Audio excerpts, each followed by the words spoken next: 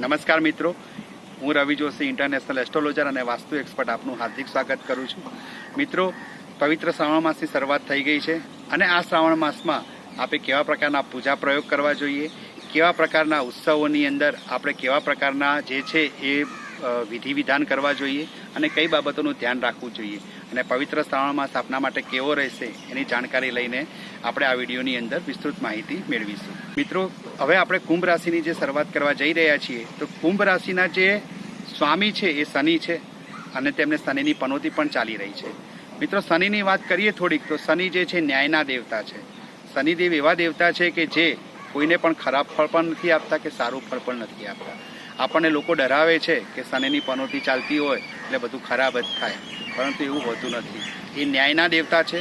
તો તમે સારા કર્મો કર્યા હશે તો તમને સારું ફળ મળવાનું છે આ પનોતી દરમિયાન, અને તમે જો ખરાબ કર્મ કર્યા હશે, કોઈનો જીવ દુભાયો હશે તો આપને જે છે એ ખરાબ પરિણામ પણ મળવાનું છે. તો શનિદેવ ક્યારેય કોઈનું સારું પણ નથી કે ખરાબ પણ ફળ આપતા નથી. શનિદેવ આપને આપના કર્મોનું ફળ આપે છે.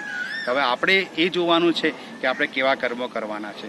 જો આપણે આપણા જીવનમાં પ્રગતિ કરવી હોય તો ચોક્કસથી આપણે સારા કર્મ કરવા જોઈએ, અને જો દુઃખી થવું હોય તો આપણે કોઈને વગર વાંકે કોઈને નુકસાન કરવું, કોઈનો જીવ દુભાવવો એવા પ્રકારની પ્રવૃત્તિ કરતા હોઈએ છીએ. તો મિત્રો, શનિદેવ ન્યાયના દેવતા હોવાથી કુંભ રાશિ માટે આ શ્રાવણ મહિનો જે છે એ આમ તો ઉત્તરોત્તર પ્રગતિ કરશે. કેમ કે પ્રગતિ શેના માટે થશે? કેમ કે આપણા શાસ્ત્રોમાં કહેવાયું છે કે જે પાપ ગ્રહો છે, પાપ ગ્રહોની અંદર શનિ છે, રાહુ છે, આ બધા પાપ ગ્રહો છે. તો પાપ ગ્રહો જ્યારે ગોચરની અંદર છેલ્લે આપણને સારું એટલે કે શુભ પરિણામ આપે છે. શરૂઆતમાં એ આપણને કષ્ટ આપે છે. કષ્ટ શા માટે? આપણા ખરાબ કર્મોનું આપણને કષ્ટ આ સમય દરમિયાન મળતું હોય છે.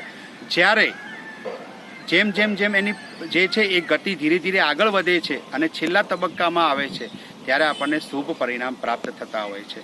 તો કુંભ રાશિના જાતકો માટે હવે છેલ્લો તબક્કો શનિની પનોતીનો છે. તો આપણે સારા સમાચાર મળશે, શુભ સમાચાર મળશે. શનિદેવ આપણને સંઘર્ષમાંથી ધીરે ધીરે પ્રગતિ તરફ લઈ જશે. હા, પણ શનિદેવની પ્રકૃતિ એક તો છે જ કે એમની પ્રકૃતિ કેવી છે કે સંઘર્ષ બાદ સફળતા. તો કુંભ રાશિ માટે આ મંત્ર છે.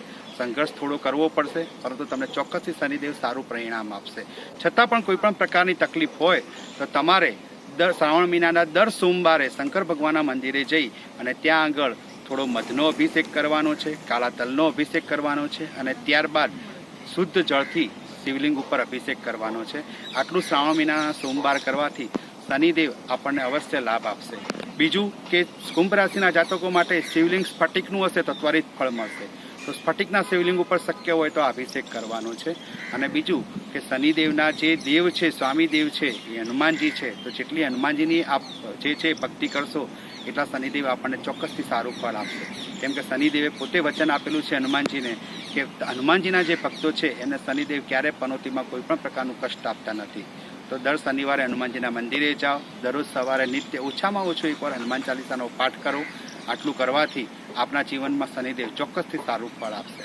જય દાદા.